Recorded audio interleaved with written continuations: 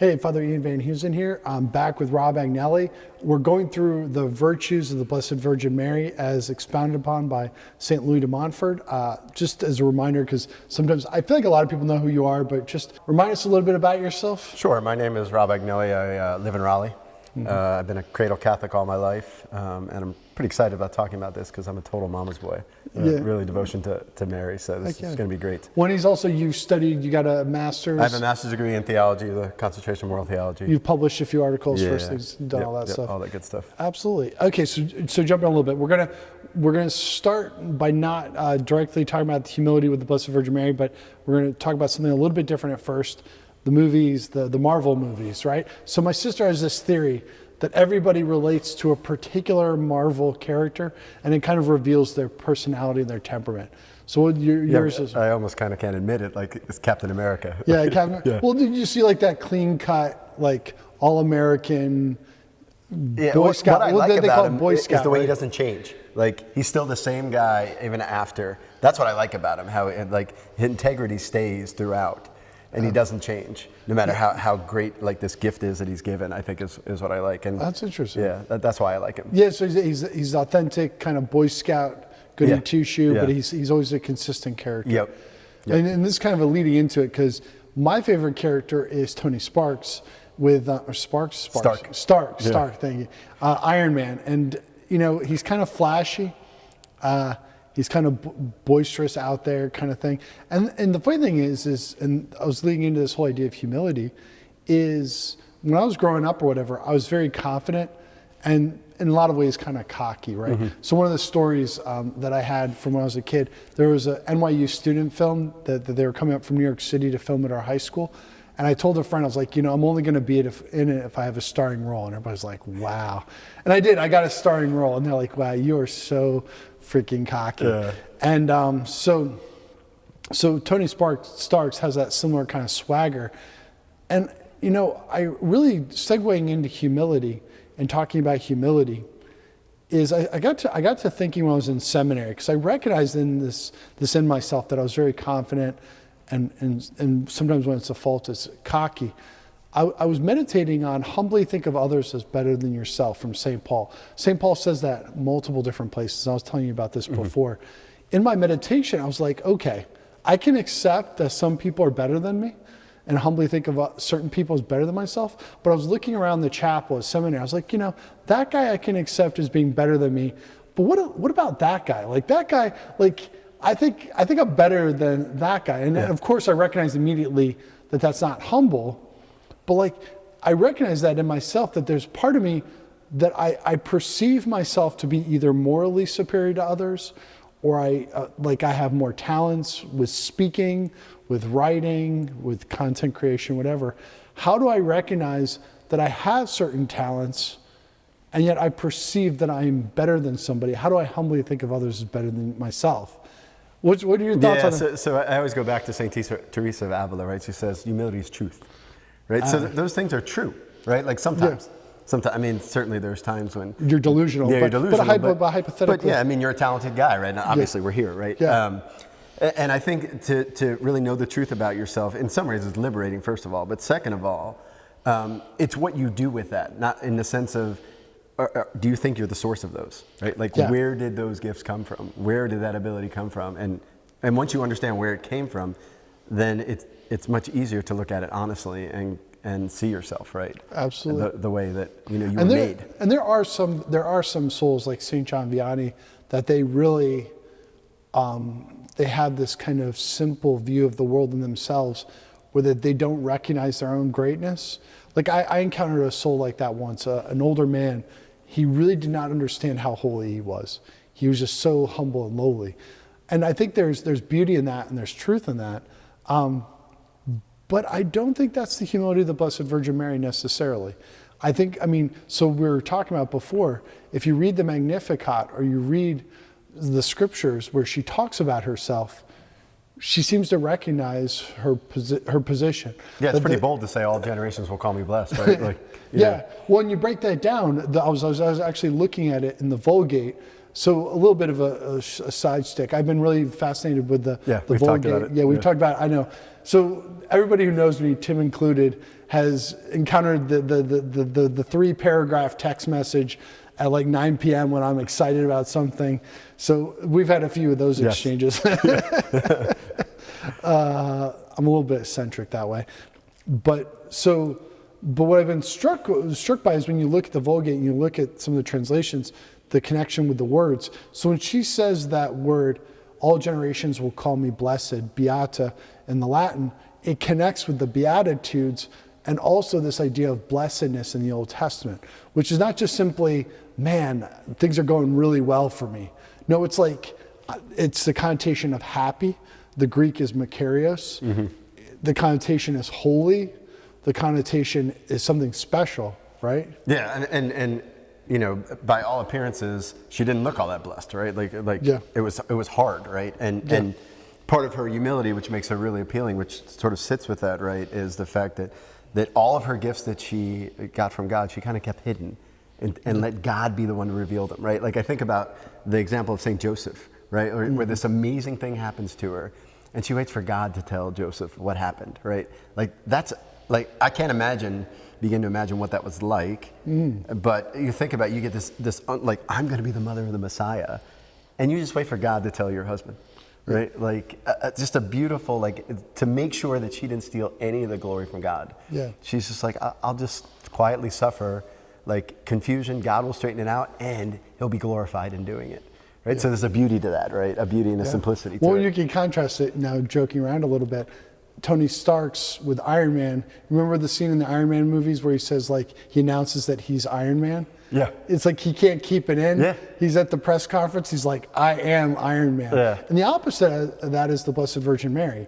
She doesn't go out and tell everybody. She doesn't spread it around, but she knows that it'll happen. She knows that all generations will call her blessed. Yeah. She knows her unique role, but yet she waits for God to take the lead, right? Yeah. It's really, I mean, we could potentially say that even among the apostles and the disciples, they might have known the full truth when they saw Luke's gospel maybe for the first time. We're not sure how much she told the people that were in the inner circle. Yeah, well, there's a beauty even to that, right? The way Luke describes the upper room at Pentecost, right? He names Mary last, right? Yeah. Like and she's obviously the greatest person in the room, and it's like the last will be first, right? And even, you know, St. Luke clearly spent a lot of time with the Blessed Mother, right? And you can almost see her hand in a little bit of, no, don't put me first, don't put me first, put me last. Yeah, because, you know, God promises the last will be first. Well, and so I was telling you about with the Latin and with the Douay Rheims, with building on what you were saying, in the Douay Rheims, I'd have to look at the exact word. In the current English translation that we use more often, it's he's looked with favor on his lowly servant. I think the Latin would be a little bit closer to something like, and probably the Greek, I assume, because the Latin seems to be closer to the Greek sometimes in the English translation, is something like he has looked with delight on the humility of his servant. So like she sees herself as being humble, but that which is weird, right? A little bit weird. Like the thing, you know, you go like as soon as you call yourself humble, you know you're not, right? Like it's a really strange phenomenon, I think, in a lot of ways. But again, she's so deeply rooted in what is pleasing to God, right? The Book of James says, like God pours graces on the humble, right? Like He's just waiting for you to, because only the humble can receive grace in the end, right? Mm-hmm. And of course, the lowest of the low receives the fullness of grace. Yeah. Right? And so in our own lives, that's where the challenge is, right? Where you know you have a lot of gifts. Okay, well, what does that mean? Yeah. And what are you going to turn? Well, like, what are you going to turn into from those gifts? Are you going to, you know, recognize that all good things come from above, or are you going to try to steal a little bit of that, right? Which is vainglory, right? Like ultimately, and there's none of that in Our Lady. Yeah, let's flesh it out a little bit. I think you made a great point there that you said it well succinctly that I think could flesh out a little bit. So humility is not. So I propose, could Michael Jordan be humble and still recognize that he's the greatest basketball player? Maybe he's not, but you get what I'm saying. The idea of the thought experiment. And the idea would be is that you can be humble and be the best if you recognize that the reason why you're the best, the reason why you're great, is not you, but God. that it is God working in you. It's his grace.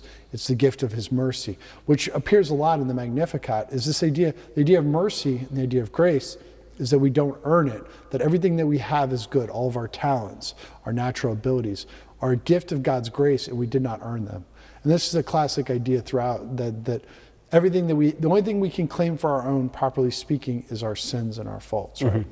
Yeah, and being comfortable when people don't recognize it. So picking on Michael Jordan a little bit, right? Like, is Michael Jordan okay with not being recognized? Even if in truth he is the greatest basketball player ever, is he okay with not being recognized as that? And letting God reveal it to whoever he needs to reveal it or whatever, right? And that's, a lot of ways, is another aspect of Our Lady's humility, is this willingness to be seen just, as this, little girl in, backwoods Nazareth and all of that, and be comfortable with that and not have to kind of prove her worth. Yeah. But that actually is surprising me a little bit, because I hadn't thought about that until we started talking, is that sense of not looking for the recognition and recognizing that it'll be found in God or whatever, like that hidden life, the contemplative life. Because Michael Jordan wouldn't be okay with, if you were doing an interview with Michael Jordan, you said, I think LeBron James is the greatest basketball player. He'd immediately challenge him, right? Exactly. Immediately challenge him. And again, we're using like a natural example, but I think it's St. Alphonsus Liguori uses the example of Our Lady. He says, she wasn't there on Palm Sunday because she was afraid that she'd be elevated somehow, right? Oh, but she's there at the foot of the cross because she knows she'll be looked down upon, while her son is hanging there. That's interesting. Yeah, it's a beautiful image, right, of what humility truly is, this willingness to be seen to be way less than you really are. And in the end, right, like the glory comes maybe not then, but later, right? And what's the work that cites that? I think it's the Glories of Mary. So in the back of the Glories of Mary, there is, I think he has 7 virtues. And, the first one he does is humility. There's like humility, charity, obedience, almost the same we're going to cover. Yeah, it was St. Louis de Montfort. Yeah, and by the way, we're basing ours on the list by St. Louis de Montfort. But actually, in his work, I don't know, I was trying to research it. He doesn't flesh them out. He just not really. It's just it's in like 2 or 3 paragraphs, right? Like paragraph 108 has them all listed out. Yeah. And there seems to be a progression in them, which we'll probably talk about. But he doesn't ever really flesh them out, right? He just says, profound humility, and then leaves it to the reader to figure out, okay, what does that actually look like, right? Yeah, and then they develop probably a tradition afterwards. Yeah, and some of that is like the genius of the entire work, right? Is that he's trying to get you to actually talk to the Blessed Mother about it, right? Yeah. And develop this relationship with her, so that you're left with questions rather than all answers, and then it becomes an idea rather than a relationship. Yeah. And it's an interesting thing to ponder. So I think one of the things we should leave is we should lead it back to meditation and prayer. How do we integrate this, right? So we've talked about the Blessed Virgin Mary recognized her greatness in the eyes of God, but also recognized it as pure gift, and she was willing to be hidden. I think there's a few possibilities. I think the classic one for married couples is doing good things for your spouses and doing good things for your community and for your children, and not seeking. Now, I think this could be misconstrued. I think there needs to be words of affirmation. There needs to be some kind of recognition. Sure. But I think, isn't there sometimes like a temptation probably in marriage? Like, let's say in a normal marriage, not in one where you're being neglected by your spouse, to like oh no, definitely. There's a supernatural push to do things in a hidden way. And then, the old man gets in the way and goes, hey, I did all this. You didn't say a word about it. Or, it's that idea. It's hard, right? It's hard.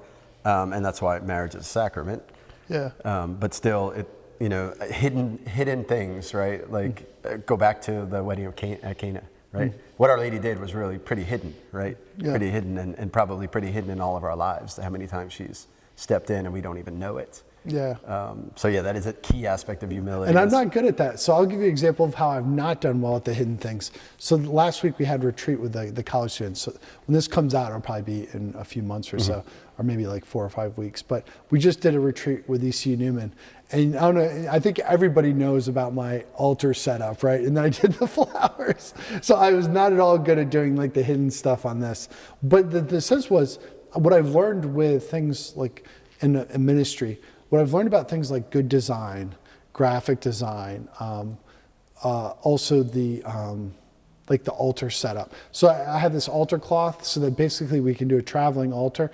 And then I did the flowers, which I joked around with the guys, like I did not lose man points for this because it's for the Lord. The guy's like, yeah, no, totally fine. Wait, so just because you do it for the Lord, you don't lose man points? There might be a whole conversation there. Keep going there. No, I'm sure it's fine to do flowers. I'm just kidding, just kidding. I did the flowers because it just worked out the best. So I did the altar setup and all that. And so one of the dynamics with some of those details is, in the big scheme of things, very rarely when you're planning events and doing things, do people compliment you on those little details, right? It's often hidden work, and I'm sure Tim experiences this a lot. Like the difference between a really good video and like an excellent video, very few people notice the difference in those fine details.